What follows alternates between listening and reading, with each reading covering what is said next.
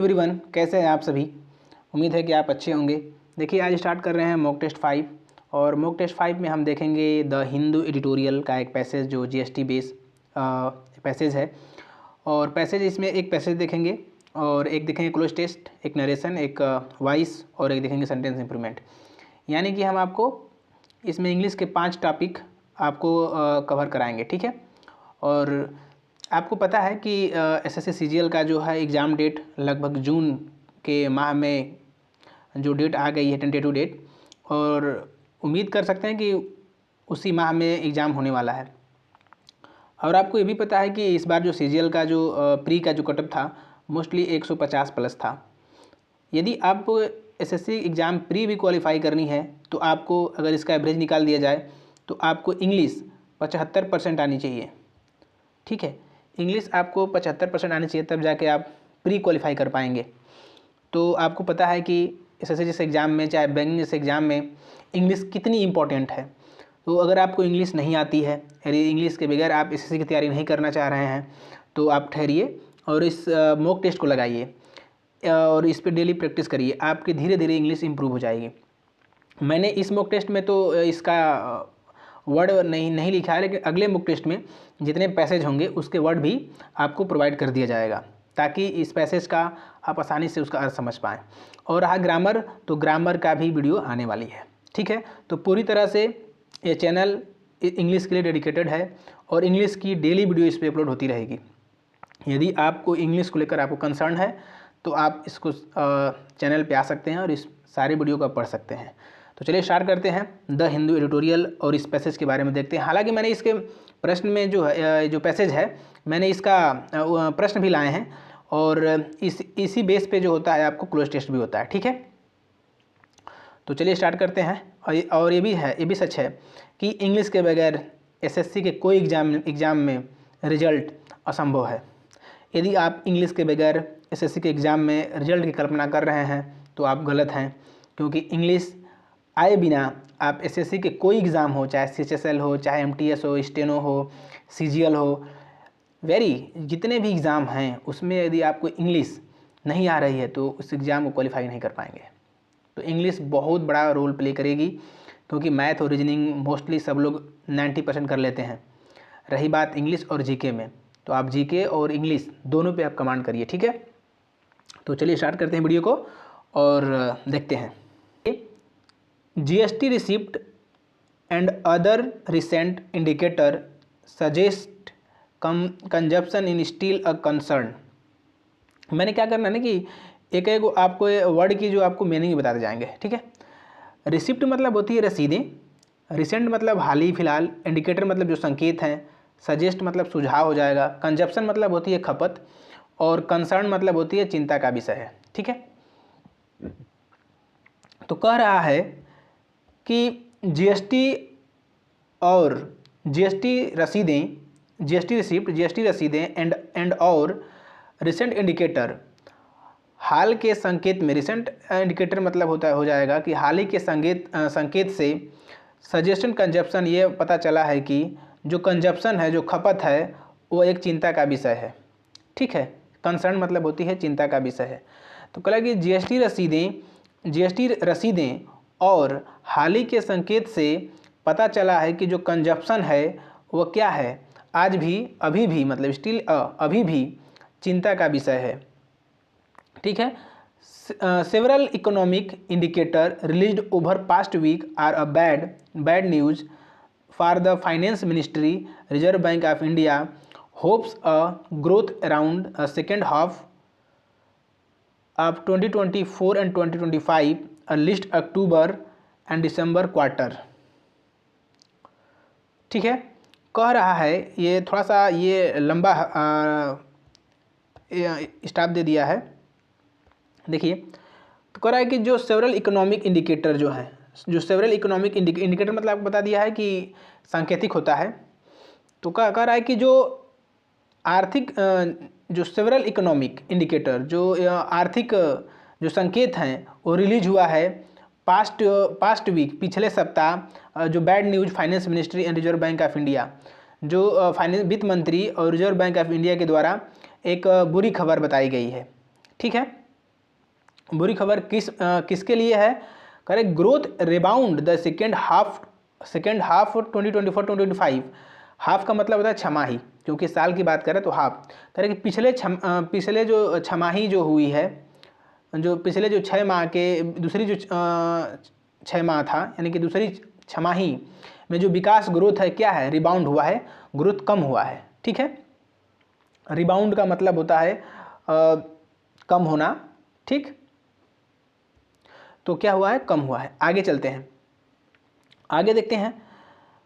At least October and December quarter, करा कि list किया गया है। ठीक है, विशेष रूप से अक्टूबर for November December and quarter. Quarter मतलब होता है 1/4 ना जी, 1/4 कौन तिहाई, 1 तिहाई। ठीक है, तिमाही, तिमाही का मतलब हो जाएगा। ठीक, तो कह रहे कि जो कंसर्न किया गया है, यानी कि लिस्ट जो किया गया है विशेष रूप से अक्टूबर और दिसंबर क्वार्टर, अक्टूबर और दिसंबर के तिमाही में क्या हो गया है? ये देखा गया है कि ग्रोथ रिबाउंड हुआ है। ठीक है, ग्रोथ क्या है? रिबाउंड हुआ है। ठीक, आगे देखते हैं। While GDP growth sleeping 5.4% in second quarter was a termed and transient belief, policy maker belief, यहीं पे देख लेते हैं। Policy makers have acknowledge slowing consumption demand lead by the restrictions spending trends and urban India's. देखिए, अगर आपको ये भी पता है कि द हिंदू का अगर पैसेज आपको अच्छी तरह से उनका पढ़कर उनका सेंस समझ में आ जाता है, आप उसका उत्तर दे पा रहे हैं जो प्रश्न उससे पूछा गया है, तो समझिए कि यही होता है। सीजीएल में इससे टफ नहीं आएगा। आपको ये पता है कि भारत में जो द इंडियन एक्सप्रेस न्यूज़ है वो इजी है द हिंदू से। माना जाता है कि द हिंदू सबसे टफ है, इसलिए सब लोग हिंदू पसंद करते हैं पढ़ने के लिए, ताकि अगर हम टफ कर लें तो इजी तो आराम से आएगा।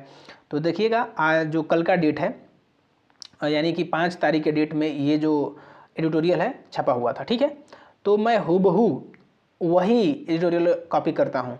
मैंने एक भी लाइन नहीं जोड़ी है, इसमें एक भी कामा या मीनिंग कुछ भी नहीं हटाया है, सेम टू सेम है। ठीक है, क्यों? बहुत सारे हम भी देखते हैं ये यूट्यूब पे कि अपने हिसाब से थोड़ा सा उसे कर दिया जाता है कि बताने में मतलब थोड़ा आसानी होती है, लेकिन एग्जाम में तो ऐसा आता नहीं है। एग्जाम में तो सिर्फ कॉपी करेंगे, दे देंगे उसी को, और ये आता है एग्जाम में, श्योर रहिए कि एग्जाम में आता है। ठीक है, और या तो कहीं मॉक टेस्ट में आपको मिल जाएगा, या आएगा ही आएगा। तो मैंने सेम टू सेम कॉपी करके सेम टू सेम रखा है। ठीक, वरना हम भी चाहते तो इसको बदल सकते थे, लेकिन बदलना नहीं है। जो होगा, जिस तरह से लेखक ने जिस तरह से लिखा है, हम सेम उस तरह से बताने का प्रयास करेंगे। ठीक है, अभी आने वाले दिनों में इसमें ग्रामर और सबको भी इम्प्रूव करते जाएंगे। ठीक, तो देखते हैं कहाँ तक थे। While GDP growth slipping and 4.5%। कहा कि जब second quarter was turned and transient and belief.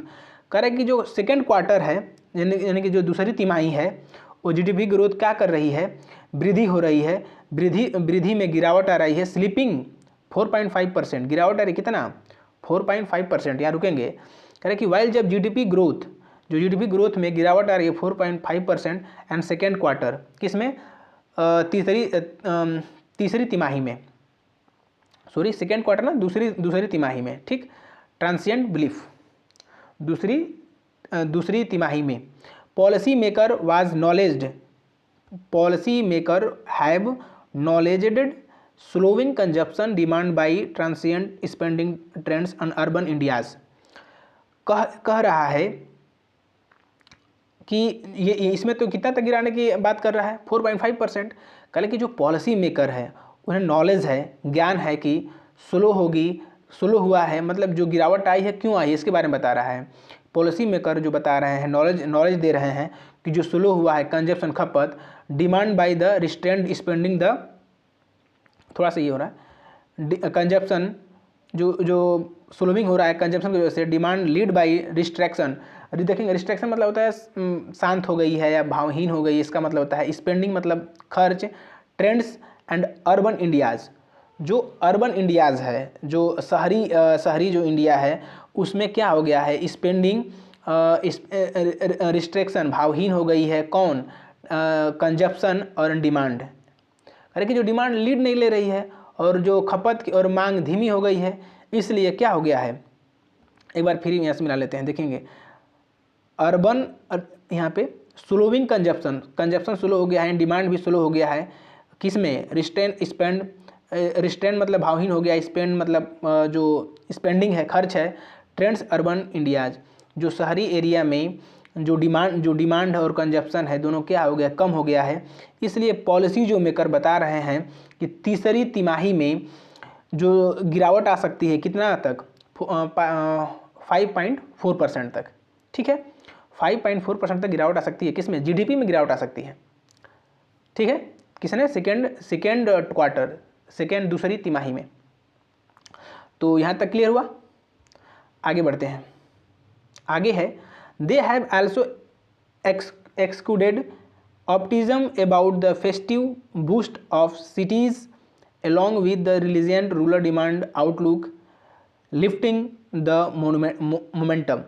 Momentum मतलब होती है आपकी गति। ठीक है, मोमेंटम मतलब होती है आपकी गति। जो लिफ्टिंग मतलब होता है उठाना, लिफ्टिंग मतलब उठाना। आउटलुक मतलब होता है पूरा ओवरव्यू। डिमांड मतलब होता है मांग।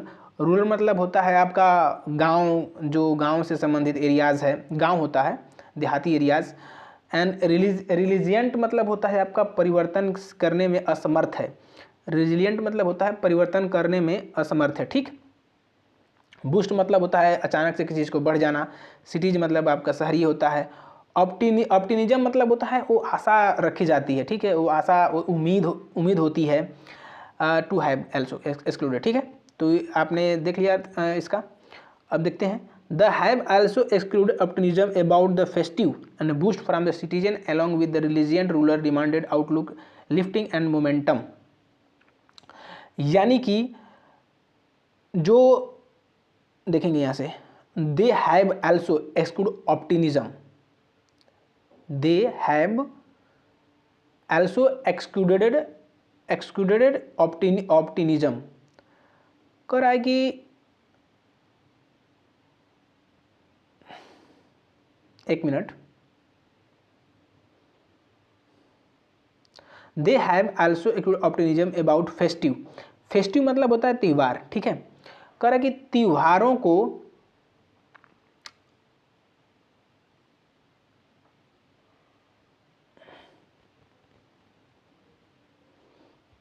देखेंगे, यहाँ थोड़ा सा देखना पड़ेगा। दे have also excluded optimism about the festive and boost for cities. कह रहा है कि देख रहे हैं कि जो त्योहारों के समय आशा है कि एक्सक्लूडेड एल्सो मतलब जो बूस्ट करेगी and along with religion demand. कह रहा है कि जो त्यौहार में हमें आशा है कि बूस्ट करेगी, मतलब बढ़ेगी, अलॉन्ग विथ रिलिजियंट रूरल डिमांडेड। गांव में जो इसकी डिमांड है क्या हो जाएगी? बढ़ेगी। एंड लिफ्टिंग मोमेंटम, और एक गति में आ जाएगी। तो कह रहा है कि जो जीडीपी, क्योंकि जो त्यौहार का मौसम होता है ना, वही बोल रहा है कि द फेस्टिव मतलब त्योहारों में मुझे आशा है कि एक्सक्लूड बढ़ेगी एंड सिटी, अरे यार, दे हैव आल्सो एक्सक्लूडेड ऑप्टिमिज्म। थोड़ा सा एक बार और देख लेते हैं।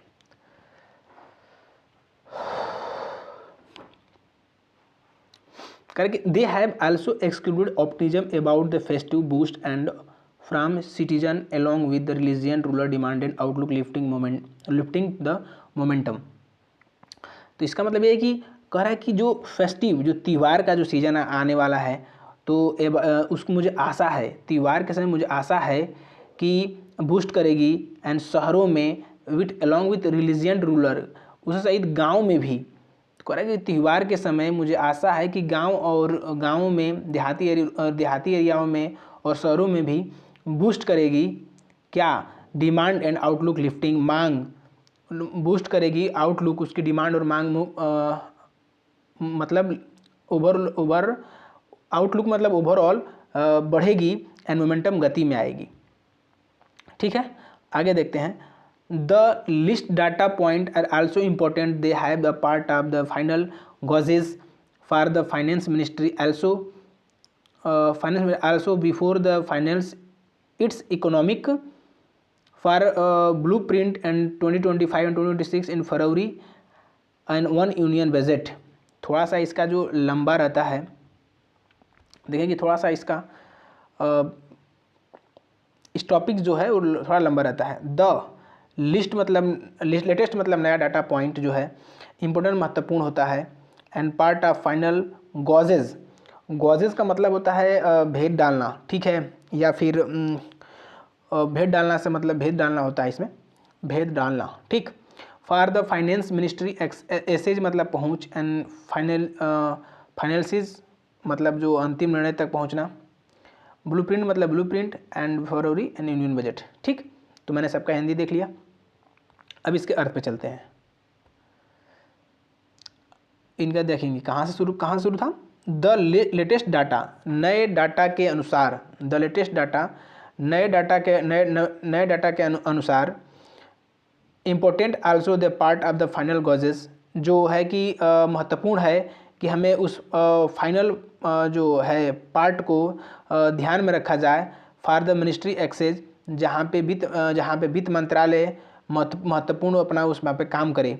तो वही करें जो लेटेस्ट डाटा के अनुसार जो बताया गया है उस पर महत्वपूर्ण यह है कि जो फाइनेंस मिनिस्ट्री है उस पर क्या करे, फाइनल काम करे, उस पर काम करे कि हमारी जो जीडीपी ग्रोथ कैसे आगे बढ़ सकती है। And before finalise economic blueprint, और जो हमारा ब्लूप्रिंट जो निकाला गया है, जो बताया जा रहा है, वो ब्लूप्रिंट में पेश किया जा रहा है। कब तक किया जा रहा है 2025 से 2026 and February the union budget, the first union budget. 1 फरवरी को पेश किया जा रहा है हमारा क्या है, यूनियन बजट, फरवरी फर्स्ट यूनियन बजट, मतलब 1 फरवरी को पेश किया जा रहा है क्या, यूनियन बजट, ठीक। आगे देखते हैं। Bank credit growth so slowed for the 5th strength month of the नवंबर, करा कि जो बैंक का जो क्रेडिट ग्रोथ है वो स्लो हो गया है for the 5th strength month and नवंबर।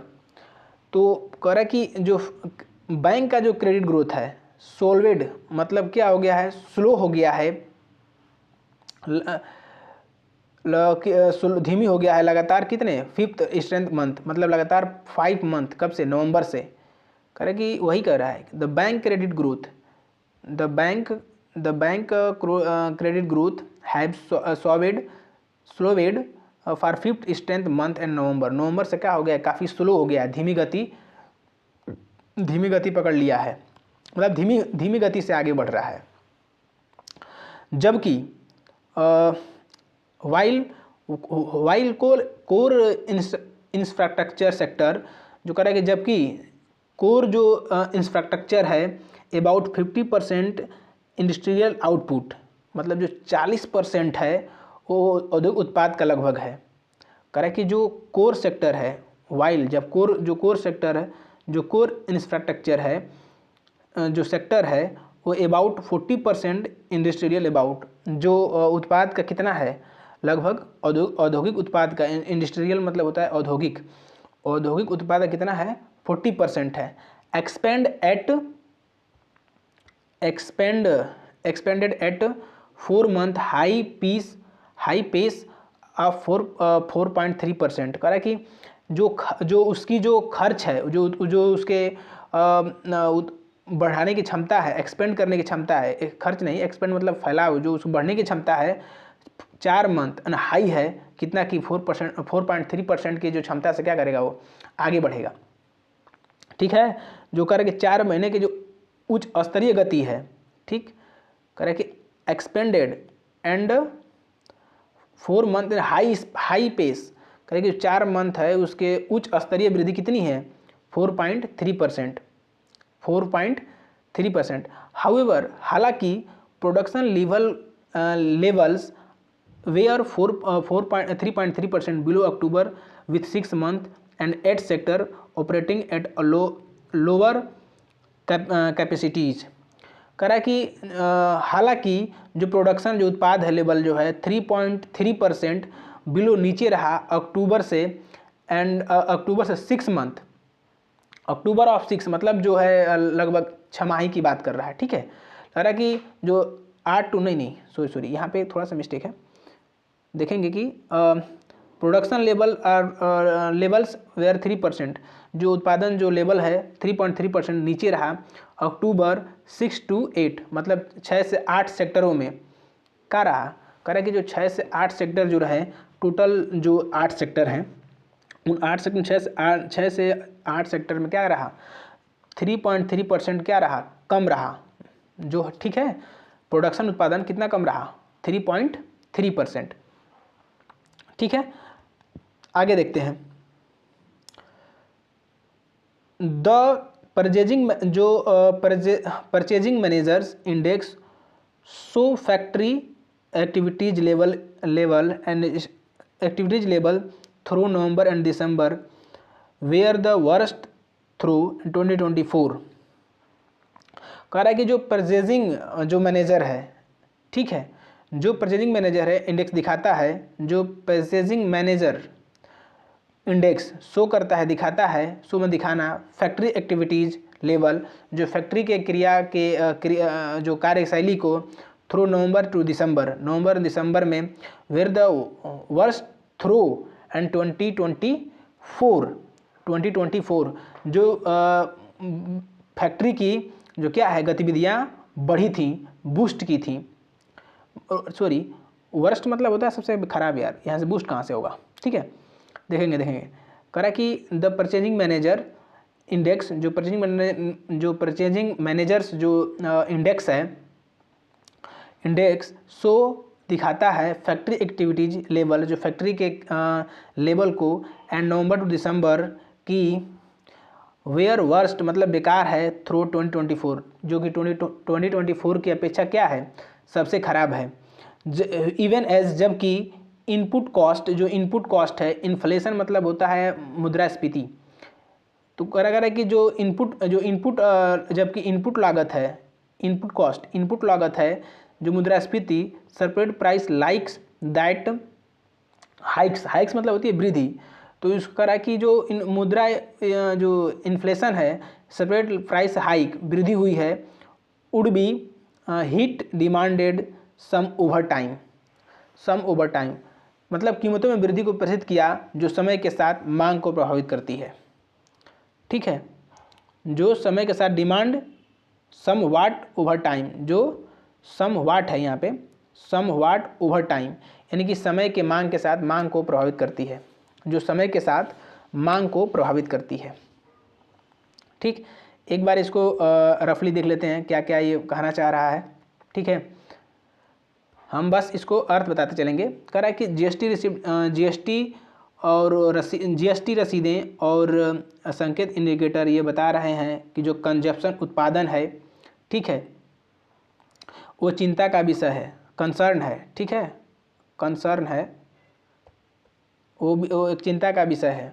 कह रहा है कि जो इकोनॉमिक इंडिकेटर हैं उन्होंने लास्ट सप्ताह में रिलीज किया है एक न्यूज़ की, जो फाइनेंस मिनिस्ट्री है और जो बैंक जो कौन रिलीज़ किया है, जो फाइनेंस मिनिस्ट्री और रिजर्व बैंक ने रिलीज़ किया है कि उनकी जो इकोनॉमिक ग्रोथ क्या है वो कम होने वाली है, ग्रोथ रिबाउंड सेकेंड कम होने वाली है। किस समय जो है 2024 एंड 2025 के सेकेंड छमाही में,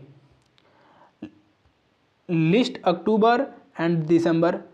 ठीक, जो मतलब उसका जो है दिसंबर और माह के क्वार्टर में, तिमाही में जीडीपी ग्रोथ जो स्लीपिंग हो रही है सेकेंड क्वार्टर में एंड ट्रांसिएंट पॉलिसी मेकर। कह रहे कि जो जीडीपी है वो 4.4 क्या हो रही है, कम हो रही है,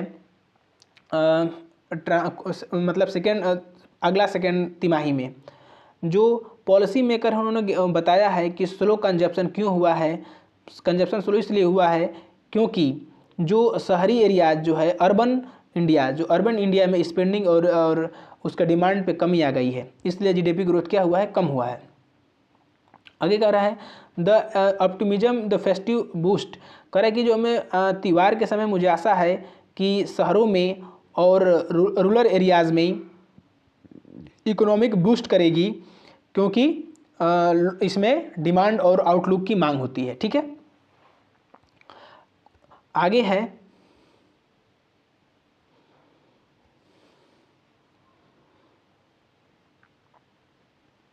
द डाटा पॉइंट, दो लेटेस्ट डाटा है बताता है कि यह महत्वपूर्ण है कि जो final gauges and finance ministry store for the finalise to economic. कह रहा है कि जो लेटेस्ट डाटा यह बता रहा है कि इम्पोर्टेंट है कि अपने फाइनल जो गॉजेस पे पहुंचने के लिए मिनिस्ट्री को क्या क्या करना पड़ेगा, यानी कि उसके ब्लूप्रिंट में बताया गया है। ठीक है, आगे देखते हैं।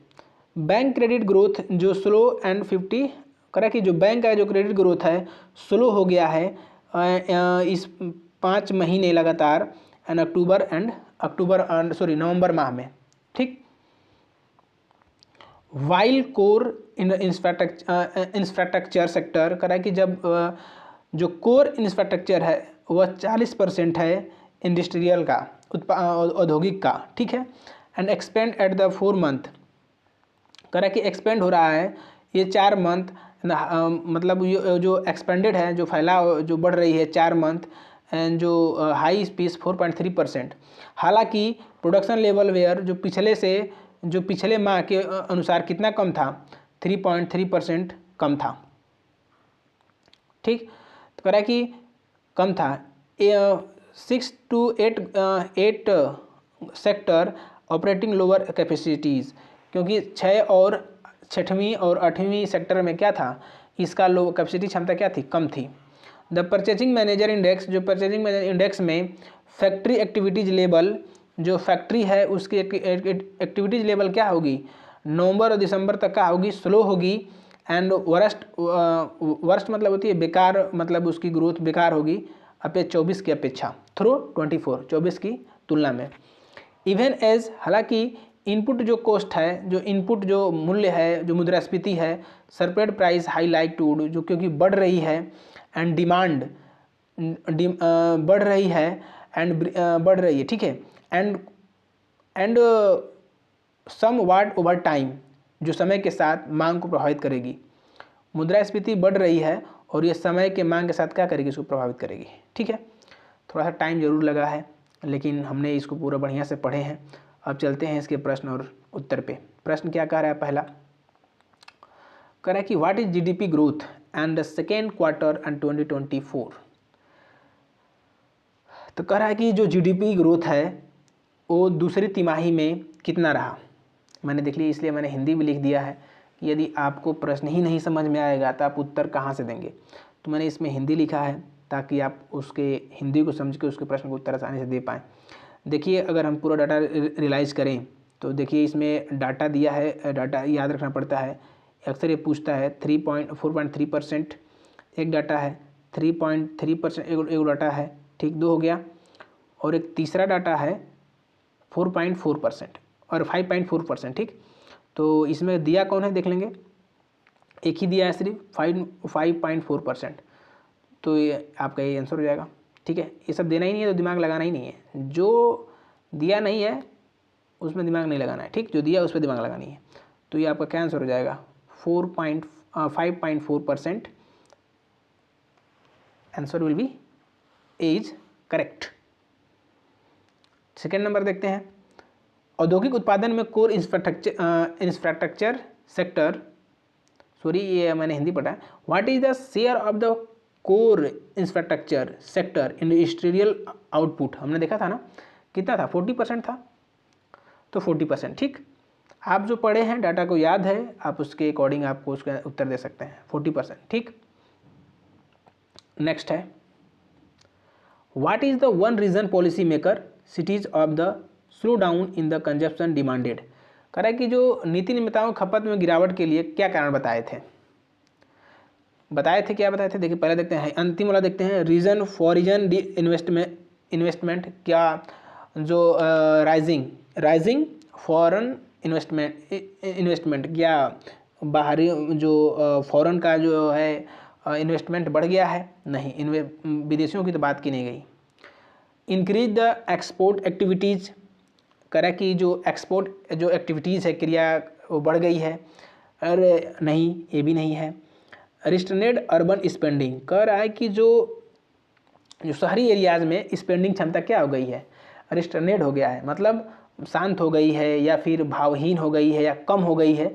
इसके वजह से क्या हो रहा है, मांग में गिरावट के लिए मांग में गिरावट आ रही है। ठीक, इसकी वजह से मांग में गिरावट आ रही है। तो ऑप्शन नंबर क्या हो जाएगा इसका, बी नंबर हो जाएगा। हाई रूरल डिमांड, तो कह रहा है कि क्या गांव की हाई लेवल की डिमांड थी, नहीं, तो गांव की तो लो लेवल की डिमांड थी ना। वो तो कह रहा था कि हाँ डिमांड बढ़ेगी कब, जब फेस्टिवल आएगा तब, जब त्यौहार का समय आएगा तब डिमांड बढ़ेगी। लेकिन फिलहाल के दौर में जो शहरी एरिया में है क्या है, स्पेंडिंग क्षमता क्या हो गई है, कम हो गई है। ठीक है, इसलिए जीडीपी में गिरावट आई है। ठीक, तो देखिए पैसेज स्टार्ट करते हैं। और हमने पहले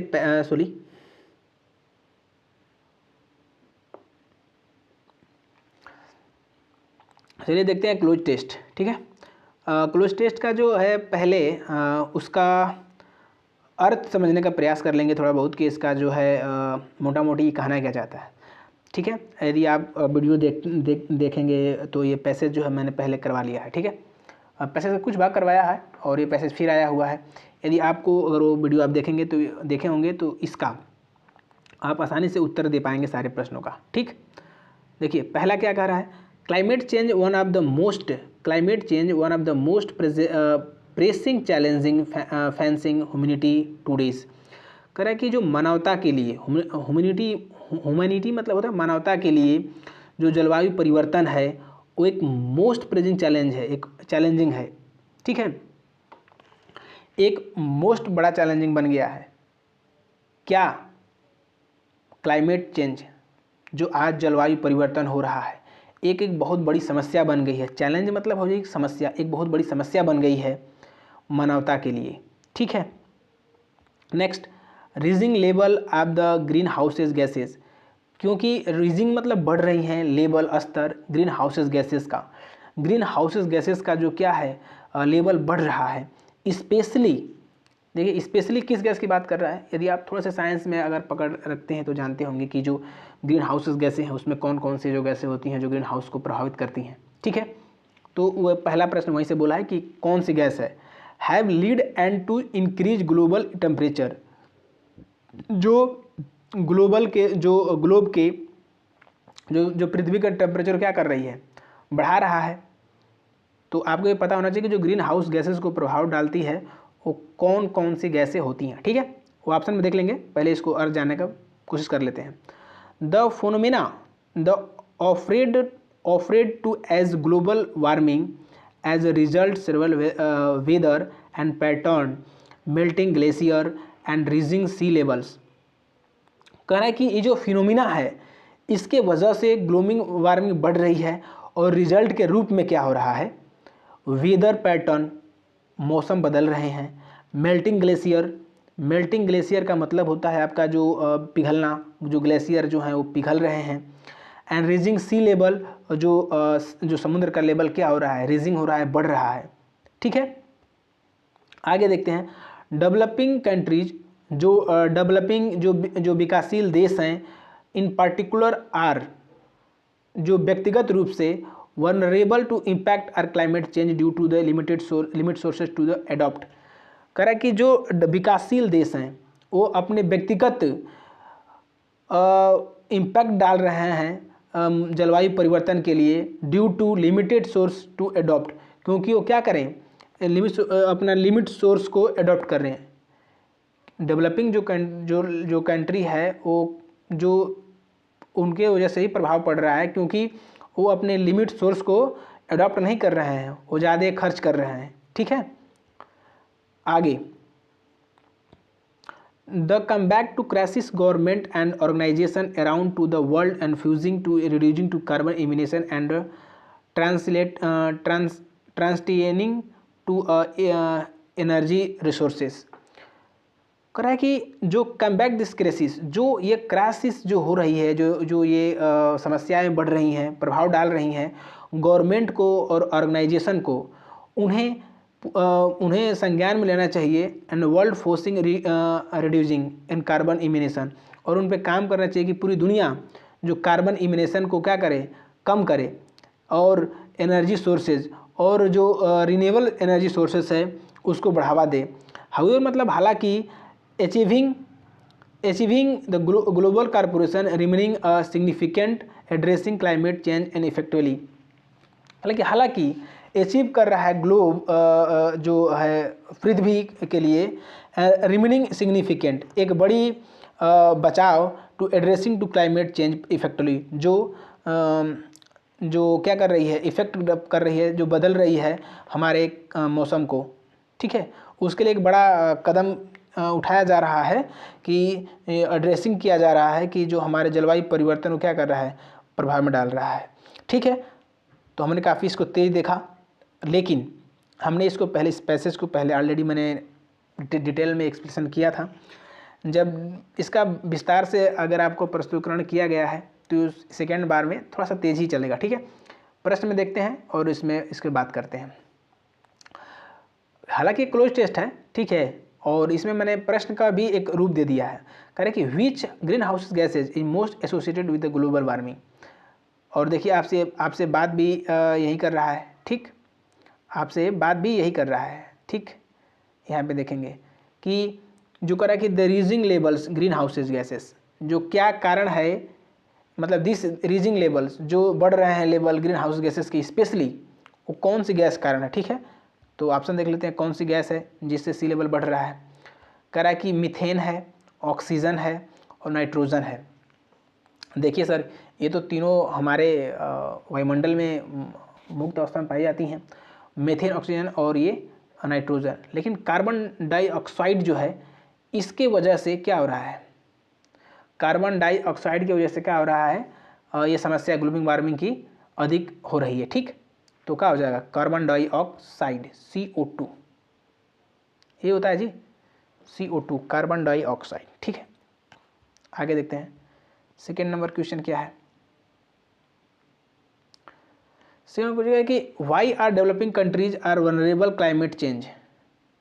करेक्ट कि विकासशील देश के जलवायु परिवर्तन में अधिक संवेदनशील क्या है।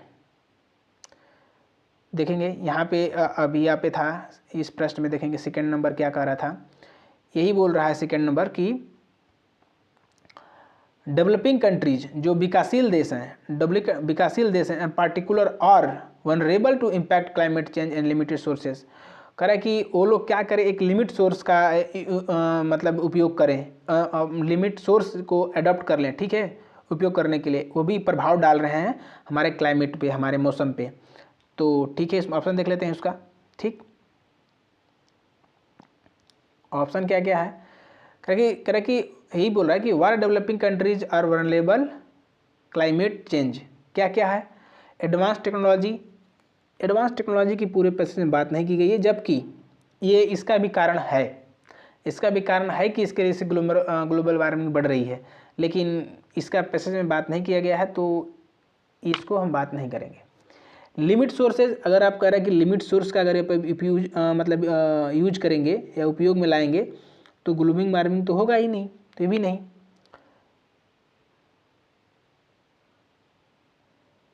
हायर इमिनेशन, ठीक है, क्योंकि हम हाई इमिनेशन कर रहे हैं, इसकी वजह से जो हमारी ग्लोबल वार्मिंग बढ़ रही है। एंड स्टेबल क्लाइमेट तो होगा ही नहीं। ठीक, तो ये तो नहीं होगा, स्टेबल क्लाइमेट नहीं होगा, ये नहीं हो सकता है। एडवांस टेक्नोलॉजी हो सकती है, ठीक है, यहाँ पे एडवांस टेक्नोलॉजी भी हो सकती है, या लिमिट रिसोर्सेज है। ठीक है, देखिए हायर इमिनेशन तो होगा ही नहीं, ये है लिमिट सोर्सेज है, लिमिट रिसोर्सेज। कह रहा है कि हमारे पास लिमिट रिसोर्स हैं, इसलिए हमारे क्या हो रहा है, जलवायु परिवर्तन हो रहा है। ठीक है, क्लाइमेट चेंज हो रहा है। ठीक, क्लाइमेट से मौसम परिवर्तन होता है, जलवायु परिवर्तन होता है। ठीक है, आगे बढ़ते हैं। तीसरा नंबर क्या है, तीसरा नंबर कह रहा है कि what are type energy sources are being promoted to compact climate change. कह रहा है कि जलवायु परिवर्तन के निपटने के लिए किस प्रकार के ऊर्जा को स्रोत को बढ़ावा दिया जाना चाहिए। तो पता ही है आपको कि क्या होना चाहिए, रीन्यूएबल सोर्सेस, रीन्यूएबल एनर्जीज। ठीक, फॉसिल फ्यूल्स नहीं होना चाहिए, न्यूक्लियर एनर्जी नहीं है, थर्मल एनर्जी नहीं है, आपको क्या सोर्स करना चाहिए, देखिए आप अगर पढ़े रहते तो आप आसानी से दे पाते। इसका होता है रिन्यूएबल एनर्जी, ठीक है, इसका उपयोग करना चाहिए जिससे हमारे जलवायु परिवर्तन को छुटकारा पाया जा सकता है। ठीक, आगे देखते हैं, what are remaining significant challenging the in addressing climate change. करें कि जलवायु परिवर्तन से निपटने के लिए एक बड़ी चुनौती क्या बनी हुई है, बताइए क्या बनी हुई है जी? ग्लोबल कॉर्पोरेशन, ग्लोबल कॉर्पोरेशन, ठीक, यही है sir. Industrial growth, over pollution, lack technology. देखिए यहाँ पे थोड़ा सा अगर हम जाएं ऑप्शन वाइज तो लैक टेक्नोलॉजी तो नहीं, लेकिन टेक्नोलॉजी में कमी की वजह से जलवायु परिवर्तन से निपटने की चुनौती क्या बनी हुई? नहीं।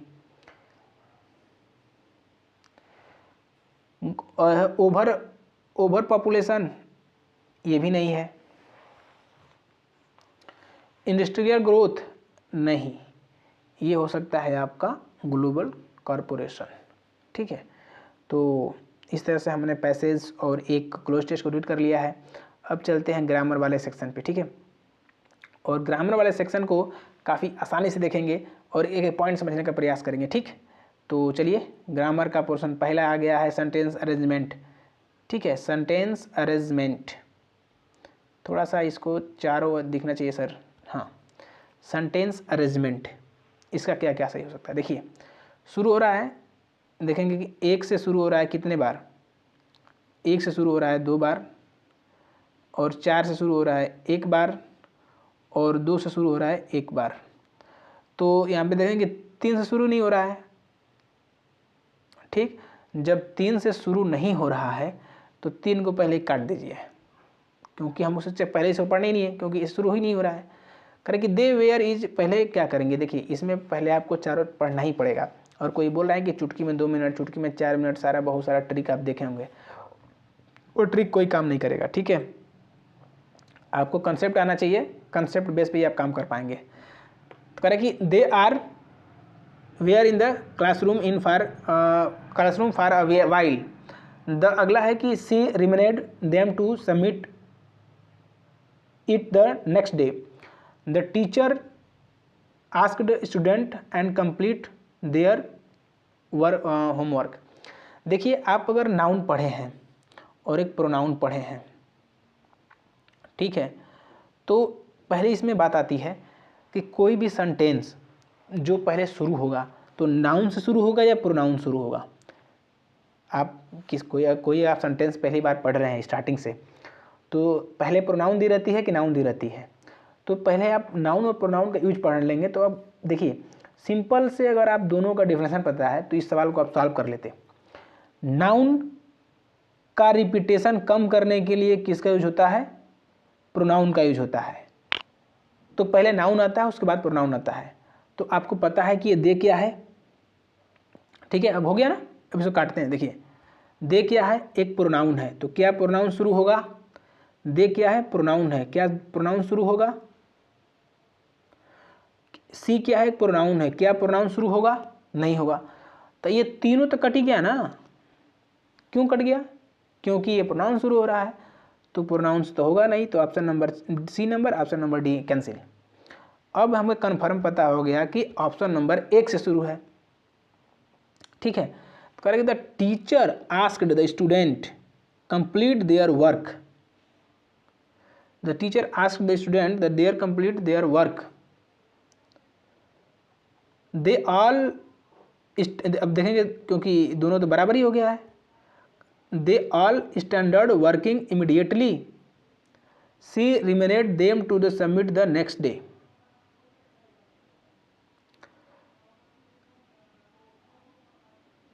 देखिए इसमें थोड़ा सा इसमें कह रहा है कि द टीचर जो पूछा कि student are complete their homework, क्या तुम लोग अपना होमवर्क पूरा कर लिए हो?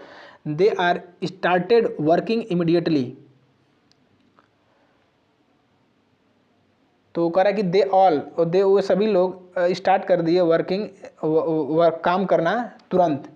ही reminded them to submit the next day and they were classroom the while. They were in the classroom for the while, ठीक। देखिए रिमेनिंग की बात करा ना, यहाँ रिमेनेड जो बचा हुआ था, ठीक है। तो ऑप्शन नंबर क्या हो जाएगा? पहला।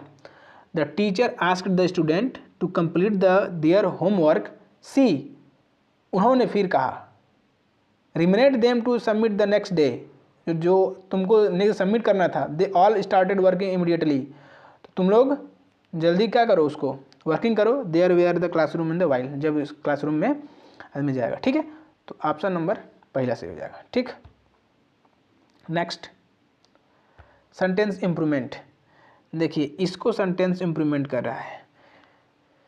देखिए इस सेंटेंस इम्प्रूवमेंट क्या होता है, एक होता है सब्जेक्ट, एक होता है आपका वर्ब और एक होता है आपका ऑब्जेक्ट। गलतियां इन्हीं तीनों में होती हैं। सेंटेंस मिलकर बना होता है सर, ये सेंटेंस मिलकर इसी सब से बना होता है। ठीक है, सेंटेंस मिलकर बना होता है सब्जेक्ट, ऑब्जेक्ट और सब्जेक्ट, वर्ब और ऑब्जेक्ट, यही तीन वो होता है। तो या तो गलती उसके सब्जेक्ट में होगी, गलती कहाँ ढूंढेंगे, या तो गलती उसके सब्जेक्ट में होगी, या तो गलती उसके ऑब्जेक्ट वर्ब में होगी, या तो गलती उसके ऑब्जेक्ट में होगी।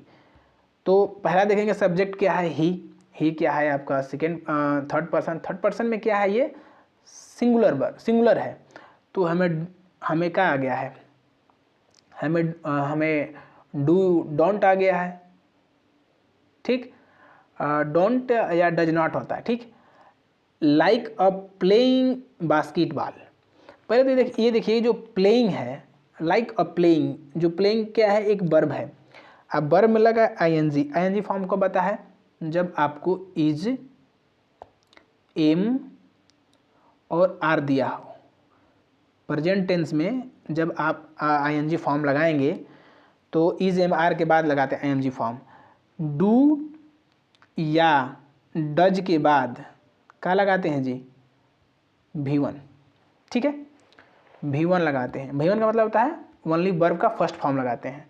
तो देखिए डू दिया हुआ है तो डोंट है, तो डोंट के बाद क्या आएगा, V1 आएगा। तो इसलिए यहाँ प्लेइंग नहीं होगा, क्या होगा, प्ले होगा, PLAY, प्ले। ठीक, तो प्ले इज इसका राइट आंसर हो जाएगा। इसका प्ले क्या हो जाएगा, इसका राइट आंसर हो जाएगा। इसका प्ले क्या हो जाएगा, आपका राइट आंसर हो जाएगा। ठीक है, गेटिंग माई पॉइंट, प्ले। आगे देखते हैं पैसिव वॉइस, देखते हैं पैसिव वॉइस क्या है, change following sentence into the passive voice. करेंगे the teacher released the student for their work. इसमें भी देखिए क्या है, पैसिव वॉइस में क्या होता है, इसमें भी सब्जेक्ट होता है, एक वर्ब होता है और एक होता है आपका ऑब्जेक्ट। और जब भी इसको चेंज करते हैं तो ऑब्जेक्ट सब्जेक्ट की जगह पे आ जाता है, सब्जेक्ट ऑब्जेक्ट की जगह पे आ जाता है और वर्ब जो है उसमें परिवर्तन होती है। तो यही सेंटेंस, यही प्रक्रिया चलती है पैसिव वॉइस का। एक्टिव वॉइस पैसिव वॉइस में यही चलता है ना जी। ठीक है, देखते हैं इसमें और देखेंगे, थोड़ा सा टाइम लगेगा इसको सही करने में, लेकिन सब सही हो जाएगा। सीखने में थोड़ा टाइम लगता है। देखिए आप इसमें क्या है, the teacher praised student have their the hard work. जब आपको ये प्रेज्ड क्या हो जाएगा, आप कहेंगे कि सर ये तो V2 हो जाएगा। ये जब V2 हो जाएगा, V2 का मतलब होता है वर्ब की सेकेंड फॉर्म। तो आप उसमें ढूंढेंगे वाज या वर। हमने पहले बताया है कि जब भी आपको V2 दिख जाए तो आप क्या ढूंढेंगे, वाज या वर ढूंढेंगे। यदि आपको V2 मिला तो क्या ढूंढे, तुरंत वाज या वर। ठीक, तो देखते हैं, ये V2 है, V2 वर्ब की सेकेंड फॉर्म, वर्ब की सेकेंड फॉर्म है। जब वर्ब की सेकेंड फॉर्म है, मुझे वाज और वर ढूंढना है, तो इसमें तो क्या है ही नहीं है वाज और वर। लास्ट वाला में देखिए, इसमें वाज और वर है ही नहीं, इसमें वर है और इसमें वाज है। ठीक, तो ये टीचर क्या हो जाएगा, ऑब्जेक्ट बनेगा ना जी। तो यहाँ पे टीचर तो बदला ही नहीं ऑब्जेक्ट में, तो ये होगा ही नहीं। ऑप्शन नंबर क्या हो जाएगा, first will be right answer, first will be right answer. ठीक है, देखेंगे सिर्फ 2 पॉइंट आपको आया और आपने आंसर फाइंड आउट कर लिया। कुछ नहीं करना है सर, बस आपको वो जो मेथड है ना आपको पता होना चाहिए। और पैसिव वॉइस पे मेरी वीडियो आ रही है, बहुत ज़बरदस्त आ रही है। ठीक है, आगे देखते हैं, नरेशन देखते हैं। नरेशन में भी वही खेला है। ठीक, हमने पहले अगले ही वीडियो में बताया था सर कि यदि आपको विल मिले डायरेक्ट आप खोजिए क्या, वुड। उसके बाद कुछ बात करेंगे, विल के बाद हमको वुड चाहिए, कैंसिल। इसमें तो वुड ही नहीं है, कैंसिल। एक दिया है टुमारो, टुमारो का मुझे चाहिए नेक्स्ट डे। ठीक, बदलता है किसमें, टुमारो बदलता है नेक्स्ट डे में। जब बदलता है नेक्स्ट डे में, इसमें नेक्स्ट डे नहीं है, ये भी ख़त्म। देखिए हमने कैसे, सिर्फ हमने कुछ नहीं किया सर, हम सिर्फ 2 चीज़ें बदले और हमने आंसर तक पहुंच गया। तो ये आपको कब आएगा, जब आप नरेशन पढ़ेंगे। तो नरेशन पे वीडियो आने वाली है, ठीक है, इसका भी सब पीडीएफ बन के तैयार हो गया, इस पर भी वीडियो आने वाली है, ठीक है। तो अब बढ़िया से देखेंगे कि passive, active wise, passive wise और आपका नरेशन, P और N इक्वल टू F, ठीक है, P एंड N इक्वल टू F। इसका मतलब क्या होगा, पैसिवाइज एंड नरेशन में आपको मिलेगा फुल मार्क्स, एक भी क्वेश्चन गलत नहीं हुआ, गारंटी 100%, ठीक है, ये 100% की गारंटी है। नेक्स्ट है, आगे बढ़ते हैं। तो बस यहीं तक सारे प्रश्न समाप्त हो गए हैं।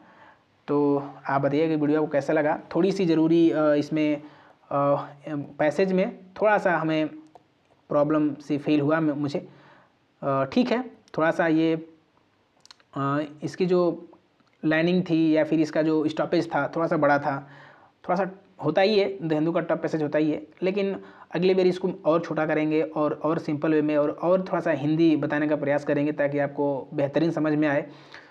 तो ठीक है, मिलेंगे अपने अगले वीडियो में। Thanks for watching.